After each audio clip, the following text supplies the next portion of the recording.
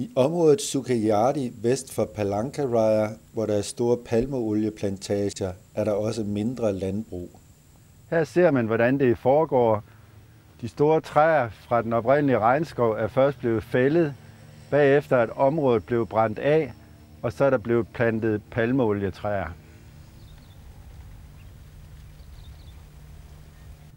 Det her er et palmeoliekooperativ. Der er 12 familier, der arbejder sammen under ledelse af en ung fyr fra Medan på Sumatra.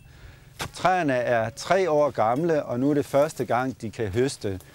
Palmeolien samler de sammen i fællesskab, og så bringer de det ind til den store fabrik, der ligger lige i nærheden. I området er der 5 af denne slags kooperativer. Bønderne er tilfredse med årets høst. De kan høste omkring 500 kilo per hektar. De får 800 rupees per kilo, og det svarer til 40 øre per kilo. Det er ikke kun regnskoven og det udtørrede peatland, der brænder. Her er der nogen, der har brændt noget af en palmeolieplantage af. Det er ulovligt at sætte ild til sådan noget som det her. Politiet har været her. Måske undersøger de det. Men der er ikke stor chance for, at man finder ud af, hvem det er, der har gjort det. Mange af brændene opstår langs vejene, og de antændes for eksempel ved, at der er en, der smider en cigaret ud af et vindue.